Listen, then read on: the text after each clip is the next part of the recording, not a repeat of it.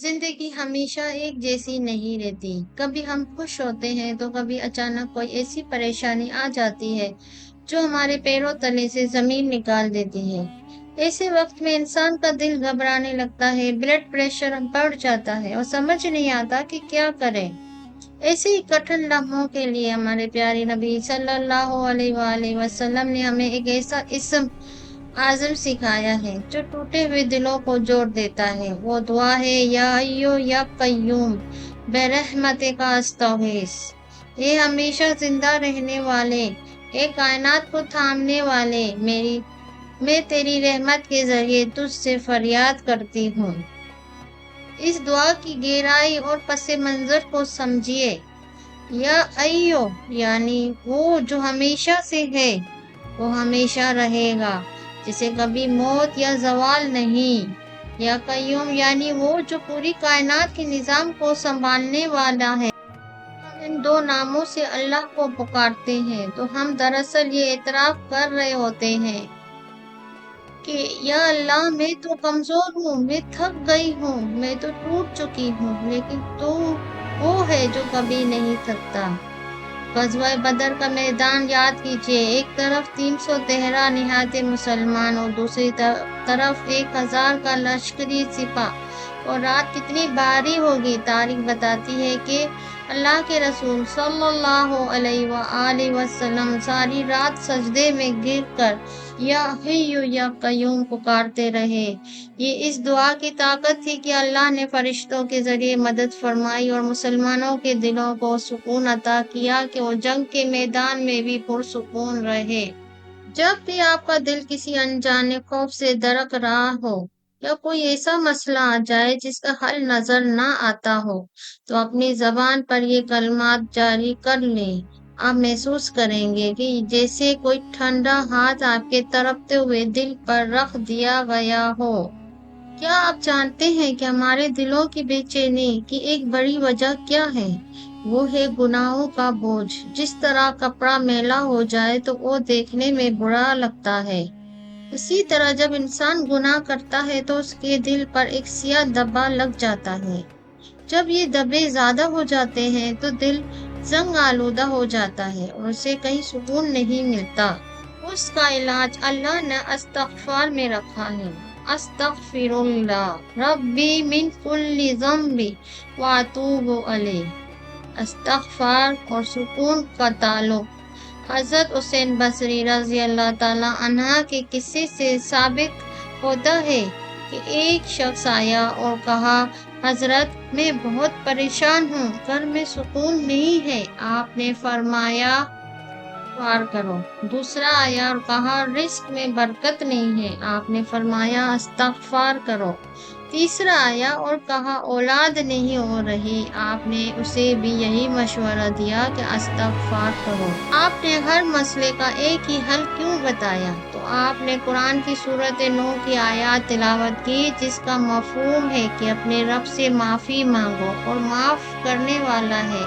وہ تم پر آسمان سے بارشیں برسائے گا، تمہارے مال اور اولاد میں برکت دے گا اور تمہارے لیے سکون کی نہریں جاری کر دے گا۔ آپ چاہتے ہیں کہ آپ کا دل بالکل صاف ہو جائے، شیشے کی طرح صاف ہو، تو دن میں کم سے کم 100 مرتبہ استغفار کی تسبیح پڑھنے کی عادت ڈالیے۔ یہ وہ عمل ہے جو ناممکن کو ممکن بنا دیتا ہے۔ تو سکون چھپانے والی ایک بڑی وجہ خوف ہے۔ کبھی ہمیں دشمن کا خوف ہوتا ہے، کبھی حاسدوں کی نظر بد کا، اور کبھی کسی کا شکار ہو تو اس سے ناگہانی آفت کا۔ جب انسان عدم تحفظ عالی شان محلوں میں بھی سکون نہیں ملتا۔ ہمارے پیارے نبی صلی اللہ علیہ وآلہ وسلم نے ہمیں ایک ایسی ڈال عطا کی ہے جو صبح سے شام تک اور شام سے صبح تک ہماری حفاظت کرتی ہے۔ وہ کلمات یہ ہیں، بسم اللہ الذی لا یضر مع اسمہ شیء فی الارض ولا فی السماء وهو السمیع العلیم۔ اگر مجھ سے کوئی غلطی ہو جائے تو تلفظ میں تو مجھے معاف کر دیجیے گا۔ اللہ کے نام کے ساتھ، جس کے نام کی برکت سے زمین اور آسمان میں کوئی چیز نقصان نہیں پہنچا سکتی، اور وہ سب کچھ سننے والا اور جاننے والا ہے۔ اس دعا کی طاقت کا اندازہ اس بات سے لگائیں، صحابہ کرام کا ایمان تھا کہ اگر زہر بھی سامنے ہو اور یہ دعا پڑھ لی جائے تو وہ اثر نہیں کرے گی۔ یہ دعا دراصل اللہ کی صفت سمیع اور علیم پر کامل بھروسہ ہے۔ جب آپ یہ پڑھ لیتے ہیں تو آپ کائنات کی سب سے بڑی طاقت کے اثارے میں آ جاتے ہیں۔ آج کی جدید نفسیات کہتی ہے، نفسیاتی اثر کی وجہ سے سب سے بڑی وجہ یہ احساس ہے کہ میں اکیلی ہوں اور یہ کہ میرے ساتھ کچھ برا ہو جائے گا، لیکن جب ایک مومن یہ دعا پڑھتا ہے تو اسے یہ یقین ہو جاتا ہے کہ اب اللہ کی مرضی کے بغیر کوئی پتہ بھی نہیں ہل سکتا۔ یہ یقین ہی وہ اصل دولت ہے جسے ہم سکون قلب کہتے ہیں۔ صبح فجر کے بعد اور مغرب کے بعد 3 مرتبہ ان کلمات کو اپنی زندگی کا حصہ بنا لیں۔ آپ دیکھیں گے کہ کیسے آپ کے دل سے لوگوں کا ڈر نکل جاتا ہے اور اللہ کی محبت کا نور بڑھ جاتا ہے۔ ویڈیو کے اس آخری حصے میں ہم اس دعا کا ذکر کریں گے جو خود ام المومنین حضرت عائشہ رضی اللہ تعالی عنہا کے بقول نبی صلی اللہ علیہ وآلہ وسلم سب سے زیادہ مانگا کرتے تھے، یا مقلب القلوب ثبت قلبی علی دینک، اے دلوں کو پھیرنے والے، میرے دل کو اپنے دین پر ثابت قدم رکھ۔ آپ نے کبھی سوچا ہے کہ لفظ قلب کا مطلب کیا ہے؟ عربی میں قلب اس چیز کو کہتے ہیں جو ذات جو بدلتی رہتی ہے، جو الٹ پلٹ ہوتی رہتی ہے۔ ہمارا دل کبھی نیکی کی طرف مائل ہوتا ہے تو کبھی گناہ کی طرف، کبھی پرسکون ہوتا ہے تو کبھی اچانک بے چین۔